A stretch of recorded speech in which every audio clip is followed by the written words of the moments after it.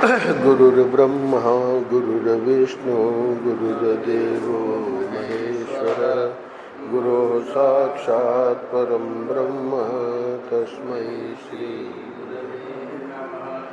रामं रामानुजं सीतां भरतं भरतानुजं सुग्रीवं वायुसूनुं च प्रणमामि पुनः पुनः। नमोऽस्तु रामाय सलक्ष्मणाय देवै च तस्यै जनकात्मजायै। नमोऽस्तु रुद्रेन्द्रयमानिलेभ्यो नमोऽस्तु चन्द्रार्कमरुद्गणेभ्यः। नारायण नारायण नारायण नारायण। श्रीमद् वाल्मीकि रामायण के सुंदरकांड में हम लोग ये जो 13वां अध्याय चल रहा है इसके 42वें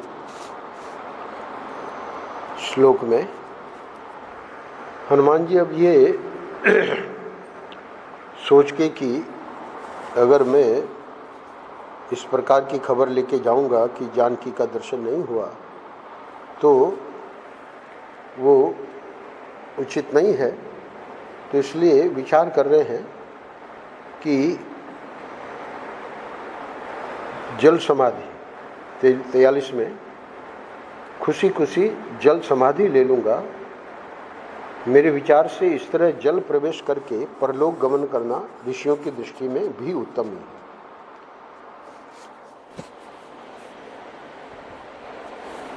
शास्त्रों का ज्ञान था तो उनको पता था कि इस प्रकार से अपने जीवन को जीवन का अंत करें तो उसमें पाप नहीं है।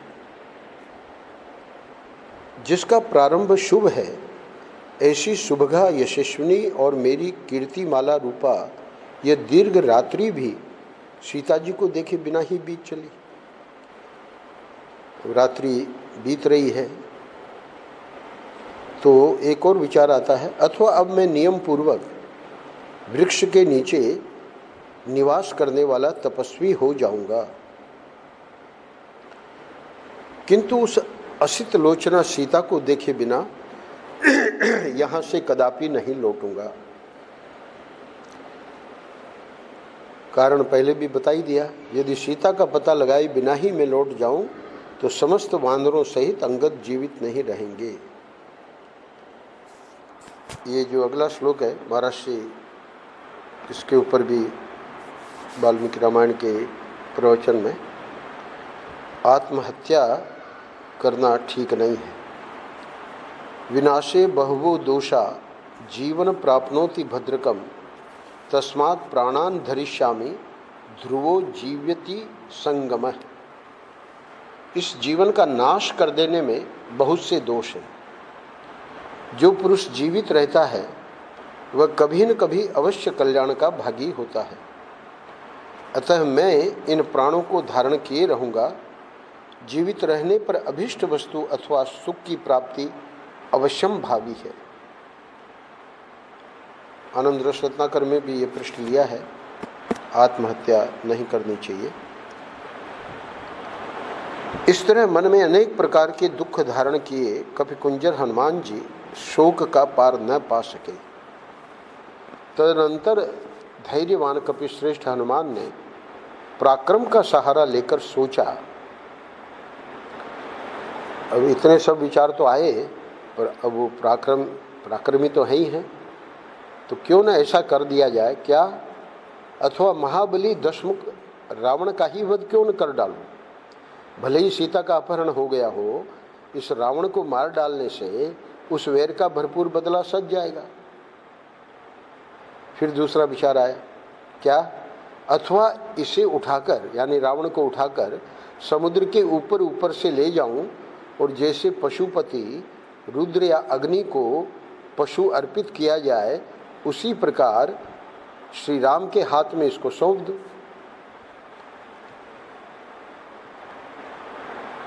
इस प्रकार सीता जी को न पाकर वे चिंता में निमग्न हो गए। उनका मन सीता के ध्यान और शोक में डूब गया। फिर वे वानर वीर इस प्रकार विचार करने लगे, जब तक मैं यशस्विनी राम पत्नी सीता का दर्शन न कर लूँगा तब तक इस लंकापुरी में बारंबार उनकी खोज करता रहूँगा। यदि संपाति के कहने से भी मैं श्री राम को यहाँ बुला ले आऊँ कि भाई हमने तो देख लिया, अब आप ही चलिए, तो अपनी पत्नी को यहाँ न देखने पर श्री रघुनाथ जी समस्त वानरों को जलाकर भस्म कर देंगे। तो अंतिम निर्णय यही करते हैं, अतः यही नियमित आहार और इंद्रियों के संयम पूर्वक निवास करूँगा। मेरे कारण वे समस्त नर और वानर नष्ट न हो में, ऐसा ख्याल करके अब क्या बचा, तो वाटिका थी बड़ी, तो कहते हैं इधर ये बहुत बड़ी अशोक वाटिका है, इसके भीतर बड़े बड़े वृक्ष हैं, इसमें मैंने अभी तक अनुसंधान नहीं किया है, अतः अब इसी में चलकर ढूंढूंगा। गोस्वामी जी ने विभीषण जी के द्वारा बता दिया, यहाँ स्वयं एक एक करके अब पूरी लंका में यही काम करना है, लौटना नहीं है। तो ये संकल्प आया कि अशोक वाटिका में ढूंढा जाए। राक्षसों के शोक को बढ़ाने वाला मैं यहाँ से वसु, रुद्र, आदित्य, अश्विनी कुमार और मरुदगणों को नमस्कार करके अशोक वाटिका में चलूँगा। वहाँ समस्त राक्षसों को जीतकर जैसे तपस्वी को सिद्धि प्रदान की जाती है, इसी प्रकार श्री रामचंद्र जी के हाथ में इक्ष्वाकु कुल को आनंदित करने वाली देवी सीता को सौंप दूंगा। यहीं पर अब चूंकि ये भाव आया कि अशोक वाटिका में वो मिल जाएगी, तो शुरू में देवी देवताओं से प्रार्थना करते हैं। प्रतिदिन हम मंगलाचरण में जो श्लोक बोलते हैं वो यहीं पर है। नमोस्तु रामाय स लक्ष्मणाय देव्यै च तस्यै जनकात्मजायै नमोस्तु रुद्रेन्द्र यमा निलेभ्यो नमोस्तु चंद्राग्नि मरुद्गणेभ्य। तो वाल्मीकि जी वर्णन कर रहे हैं कि 2 घड़ी तक सोच विचार कर चिंता से शिथिल इंद्रिय वाले महाबाहु पवन कुमार हनुमान सहसा उठकर खड़े हो गए और देवताओं को नमस्कार करते हुए बोले, लक्ष्मण सहित श्री राम को नमस्कार है, जनक नंदिनी सीता देवी को भी नमस्कार है, रुद्र, इंद्र, यम और वायु देवता को नमस्कार है तथा चंद्रमा, अग्नि एवं मरुदगणों को भी नमस्कार है। इस प्रकार उन सबको तथा सुग्रीव को भी नमस्कार करके पवन कुमार हनुमान जी संपूर्ण दिशाओं की ओर दृष्टिपात करके अशोक वाटिका में जाने को उद्यत हुए। उन वानर वीर पवन कुमार ने पहले मन के द्वारा ही उस सुंदर अशोक वाटिका में जाकर भावी कर्तव्य का इस प्रकार चिंतन किया। हमेशा बुद्धिमान व्यक्ति पहले अपने मन में योजना बनाता है, तो अशोक वाटिका में चल के क्या करना है, वह पुण्यमयी अशोक वाटिका मन में विचार कर रहे हैं। सींचने, कोड़ने आदि सब प्रकार के संस्कारों से संवारी गई है, वह दूसरे दूसरे वनों से भी घिरी हुई है, अतः उसकी रक्षा के लिए वहाँ निश्चय ही बहुत से राक्षस तैनात किए गए होंगे। आगे वर्णन आया है कि जैसे नंदन वन है स्वर्ग में और एक और वन कुबेर जी का, उसका भी नाम दिया है, तो वैसे ही ये अशोक वन जो था वो लंकापुरी में था। यहाँ तक लिखा है कि अशोक वन, नंदन वन और वो दूसरे कुबेर जी के वन से भी बढ़कर था, इसलिए बड़े विस्तार में वाल्मीकि जी वर्णन करने जा रहे हैं। जैसे जैसे वो देखेंगे वैसे वैसे वर्णन करेंगे। राक्षस राज के नियुक्त किए हुए रक्षक अभी तो मन में विचार कर रहे हैं, अवश्य ही वहाँ के वृक्षों की रक्षा करते होंगे, इसलिए जगत के प्राण स्वरूप भगवान वायुदेव भी वहाँ अधिक वेग से नहीं बहते होंगे। रावण के अधीन जितने 5 ये महाभूत थे, इसलिए अब चूंकि रावण का राज्य है, इसलिए वायुदेव भी यानी हमारे पिता भी वहाँ अधिक वेग से नहीं बहते होंगे। मैंने श्री रामचंद्र जी के कार्य की सिद्धि तथा रावण से अदृश्य रहने के लिए अपने शरीर को संकुचित करके छोटा बना लिया है। मुझे इस कार्य में ऋषियों सहित समस्त देवता सिद्धि यानी सफलता प्रदान करें। यानी अब आगे जाके अगर राक्षसों को मारना है तो उसके लिए फिर छोटे रूप से काम नहीं बनेगा। और प्रार्थना कर रहे हैं अगले 2 श्लोकों में। स्वयंभू भगवान ब्रह्मा, अन्य देवगण, तपोनिष्ठ महर्षि, अग्निदेव, वायु तथा वज्रधारी इंद्र भी मुझे सफलता प्रदान करें। पाशधारी वरुण, सोम, आदित्य, महात्मा अश्विनी कुमार, समस्त मरुदगण, संपूर्ण भूत और भूतों के अधिपति तथा और भी जो मार्ग में दिखने वाले एवं न दिखने वाले देवता हैं, वे सब मुझे सिद्धि प्रदान करेंगे। न दिखने वाले में स्वामी निशिलानंद जी एक संस्मरण सुनाते हैं अपने गुरु जी का कि स्वाध्याय चल रहा था, वो पढ़ा रहे थे, हम 5-7 लोग बैठे थे। एक कोई गांव का व्यक्ति आया, वो भी प्रणाम करके बैठ गया। गुरु जी ने इशारा कर दिया बैठ जाओ। और वो जिस जगह जिस कक्ष में स्वाध्याय हो रहा था, बड़े ध्यान से उसने ऊपर नीचे कक्ष को देखा और फिर स्वाध्याय चल रहा था और गांव का आदमी था, एक वाक्य बोल पड़ा, बोले यहाँ कोई भूत प्रेत नहीं। तो बोले हम सब लोग जो पढ़ाई कर रहे थे, स्वाध्याय कर रहे थे, हम लोगों को हंसी आ गई। तो गुरुजी ने कहा देखो हंसो मत, ये व्यक्ति जो है, गुरुजी जानते थे उस व्यक्ति के बारे में, ये भूत प्रेतों की विद्या का जानकार है और इसने जो पता लगाया है कि यहाँ कोई भूत प्रेत नहीं है। तो यहाँ सभी देवताओं को प्रणाम कर रहे हैं, यानी दिखने वाले भी और न दिखने वाले भी, वे सब मुझे सिद्धि प्रदान करेंगे।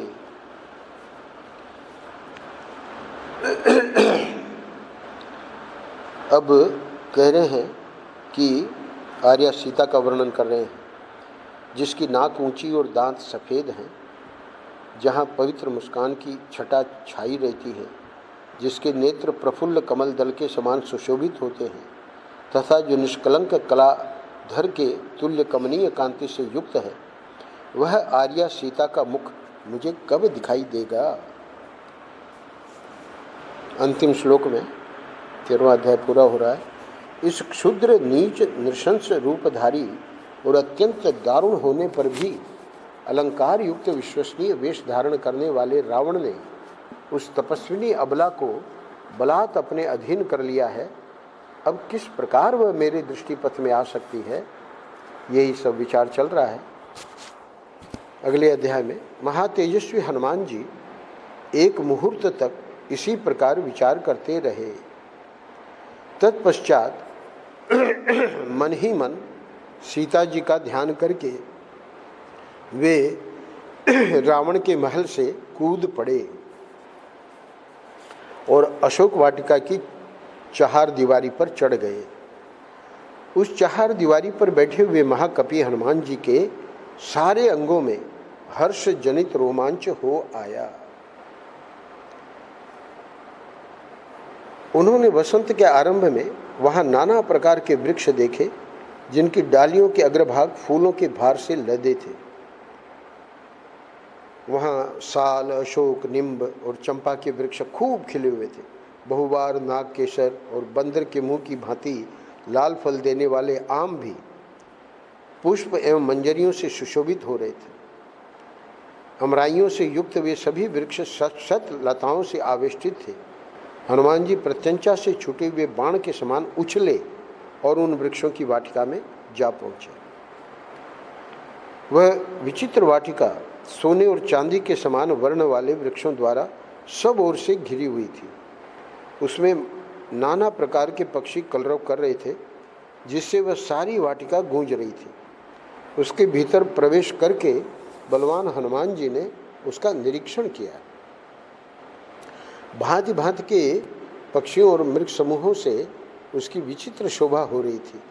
वह विचित्र काननों से अलंकृत थी और नवोदित सूर्य के समान अरुण रंग की दिखाई देती थी।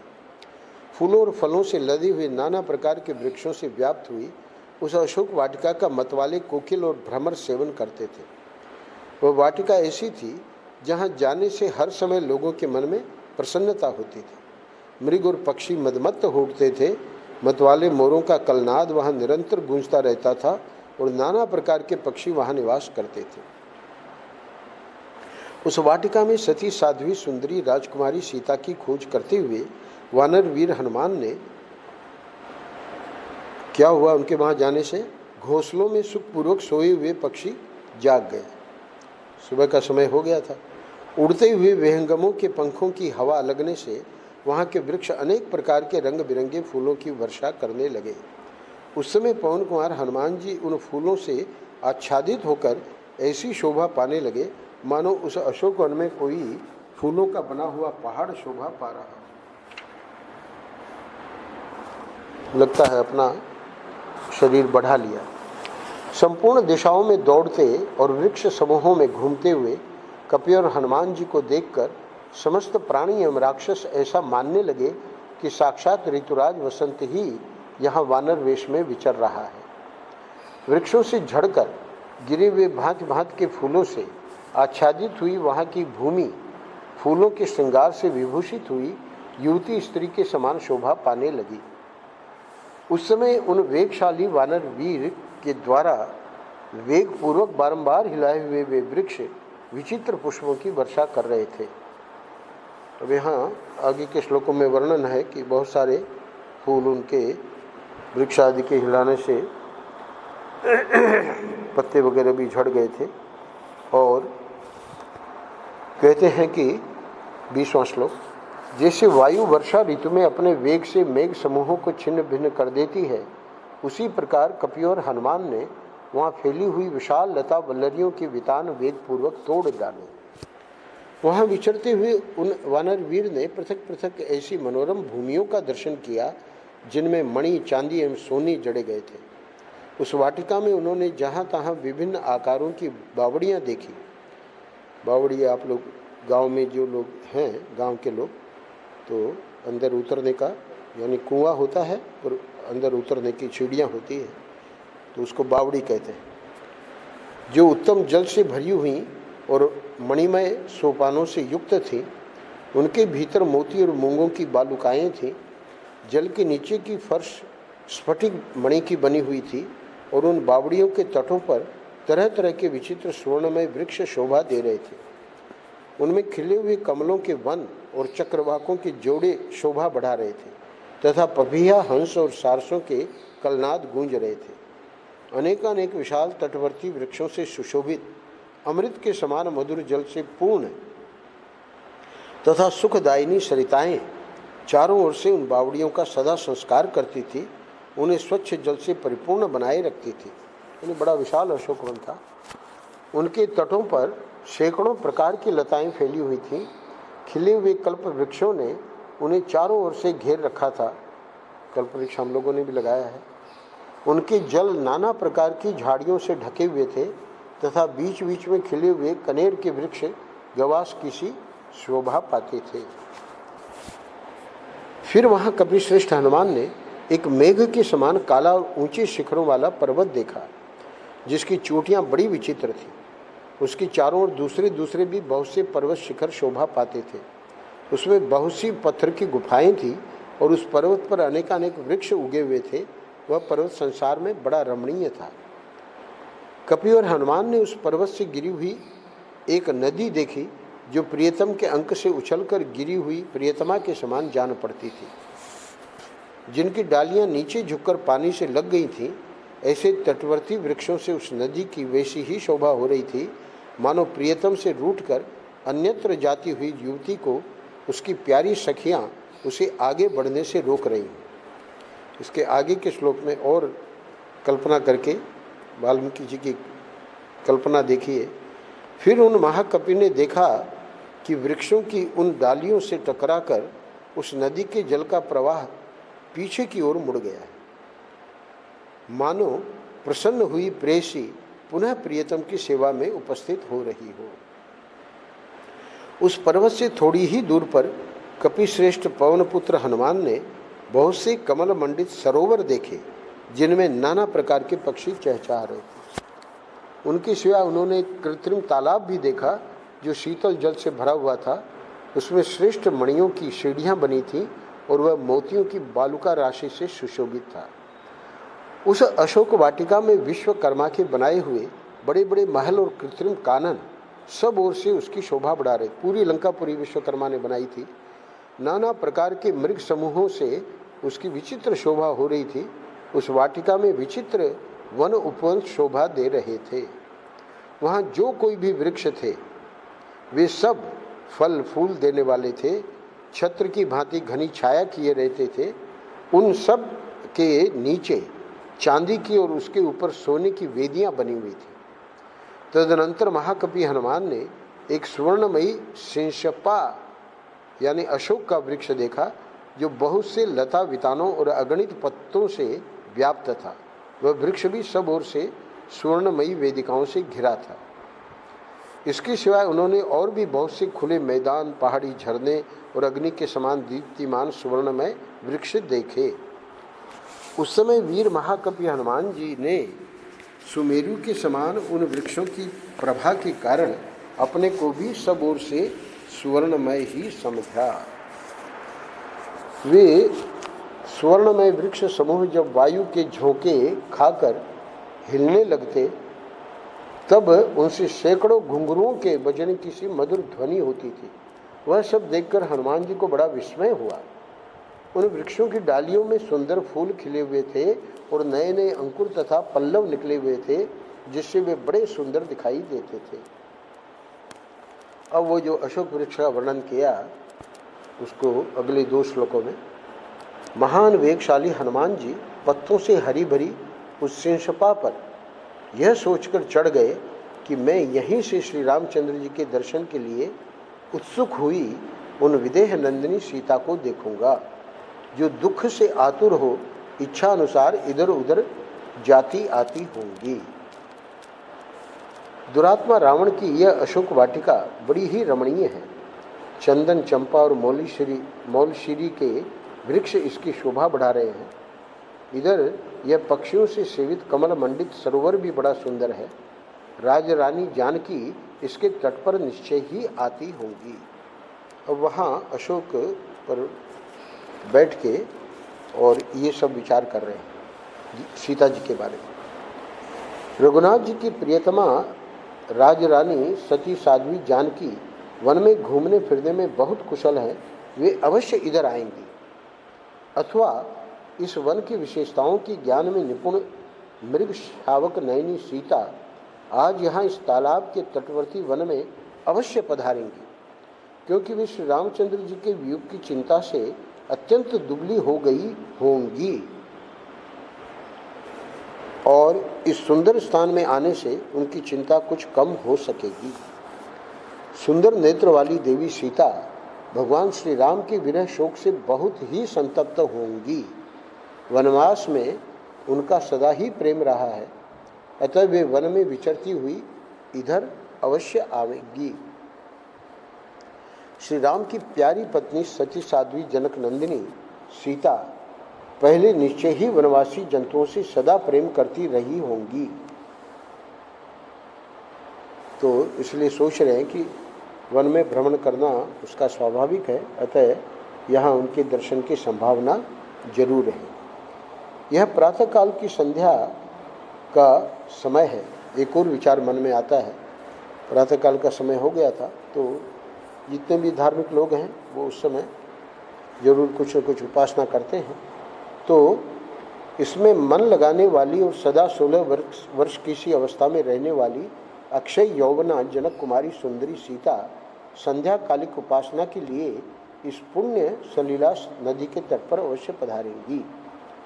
यानी 3 संध्याएं होती हैं, तो ये प्रातः की संध्या का जो राजाधिराज श्री रामचंद्र जी की समादरणीय पत्नी हैं, उन शुभ लक्षणा सीता के लिए यह सुंदर अशोक वाटिका भी सब प्रकार से अनुकूल ही है। उनके मन में बार बार यही आ रहा है कि यहाँ उसका दर्शन जरूर होगा। यदि चंद्रमुखी सीता देवी जीवित हैं तो वे इस शीतल जल वाली सरिता के तट पर अवश्य पदार्पण करेंगी। ऐसा सोचते हुए महात्मा हनुमान जी नरेंद्र पत्नी सीता के शुभागमन की प्रतीक्षा में तत्पर हो सुंदर फूलों से सुशोभित तथा घने पत्ते वाले उस अशोक वृक्ष पर छिपे रहकर उस संपूर्ण वन पर दृष्टिपात करते रहे। तो वहीं से पूरे वन पे दृष्टिपात कर रहे हैं। अगले अध्याय में उस अशोक वृक्ष पर बैठे बैठे हनुमान जी संपूर्ण वन को देखते हुए सीता को ढूंढते हुए वहाँ की सारी भूमि पर दृष्टिपात करने लगे। वह भूमि कल्पवृक्ष की लताओं तथा वृक्षों से सुशोभित थी, दिव्य गंध तथा दिव्य रस से परिपूर्ण थी और सब ओर से सजाई गई थी।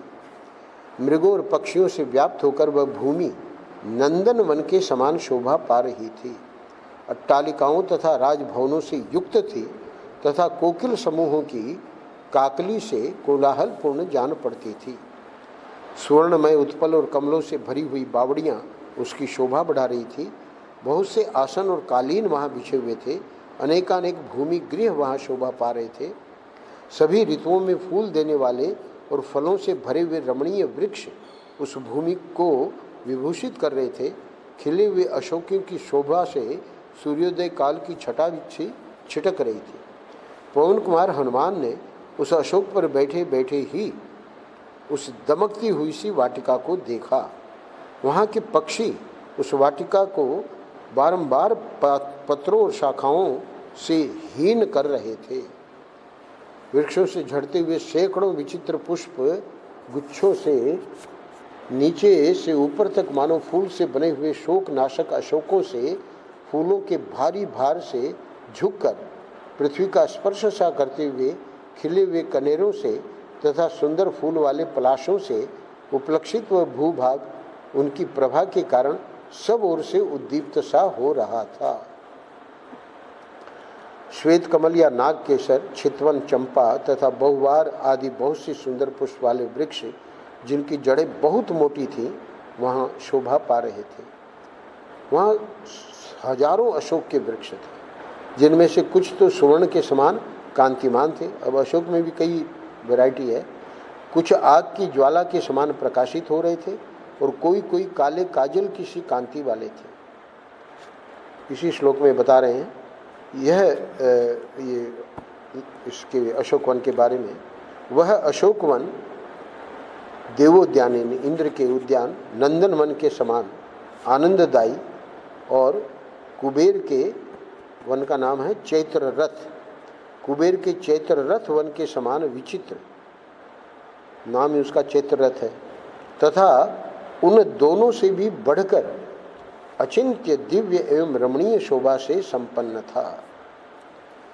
वह पुष्प रूपी नक्षत्रों से युक्त दूसरे आकाश के समान सुशोभित होता था तथा पुष्प में सैकड़ों रत्नों से विचित्र शोभा पाने वाले पांचवें समुद्र के समान जान पड़ता था। सब ऋतुओं में फूल देने वाले मनोरम गंध युक्त वृक्षों से भरा हुआ तथा भांति भांति के कलरव करने वाले मृगों और पक्षियों से सुशोभित वह उद्यान बड़ा रमणीय प्रतीत होता था। वह अनेक प्रकार की सुगंध का भार वहन करने के कारण पवित्र गंध से युक्त और मनोहर जान पड़ता था। दूसरे गिरिराज गंध मादन के समान उत्तम सुगंध से व्याप्त था। अब यहाँ एक और देखते हैं उसी वृक्ष पर से। उस अशोक वाटिका में वानर शिरोमणि हनुमान ने थोड़ी ही दूर पर एक गोलाकार ऊंचा मंदिर देखा जिसके भीतर 1000 खंभे लगे हुए थे। वह मंदिर कैलाश पर्वत के समान श्वेत वर्ण का था। उसमें मूंगे की सीढ़ियां बनी थीं तथा तपाए हुए सोने की वेदियां बनाई गई थीं। वह निर्मल प्रासाद यानी भवन अपनी शोभा से देदीप्यमान सा हो रहा था। दर्शकों की दृष्टि में चकाचौंध सा पैदा कर देता था और बहुत ऊंचा होने के कारण आकाश में रेखा खींचता सा जान पड़ता था। वह मंदिर देखने के अनंतर उनकी दृष्टि वहाँ एक सुंदरी स्त्री पर पड़ी जो मलिन वस्त्र धारण किए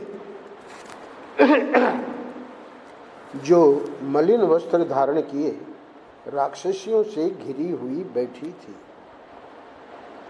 वह उपवास करने के कारण अत्यंत दुर्बल और दीन दिखाई देती थी तथा बारंबार सिसक रही थी। शुक्ल पक्ष के आरंभ में चंद्रमा की कला जैसी निर्मल और कृष्ण दिखाई देती है, वैसी ही वह भी दृष्टिगोचर होती थी। धुंधली सी स्मृति के आधार पर कुछ कुछ पहचाने जाने वाले अपने रूप से वह सुंदर प्रभा बिखेर रही थी और धुएं से ढकी हुई अग्नि की ज्वाला के समान जान पड़ती थी।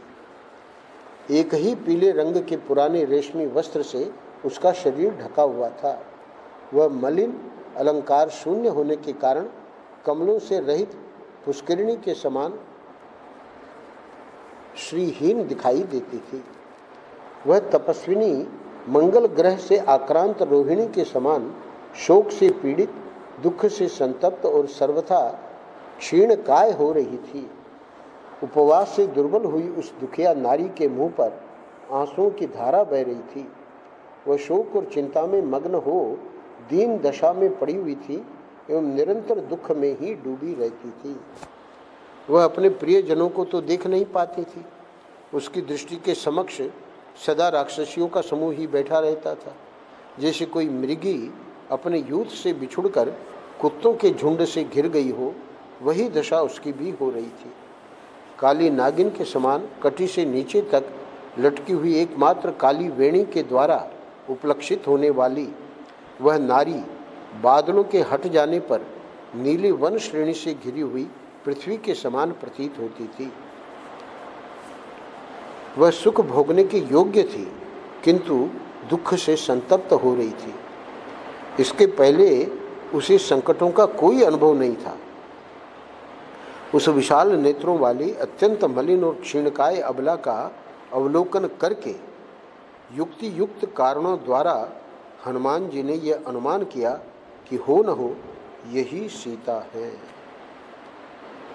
अब यहाँ देख तो लिया है सीता को, आगे वाल्मीकि जी क्या वर्णन करते हैं इसकी चर्चा हम लोग कल करेंगे।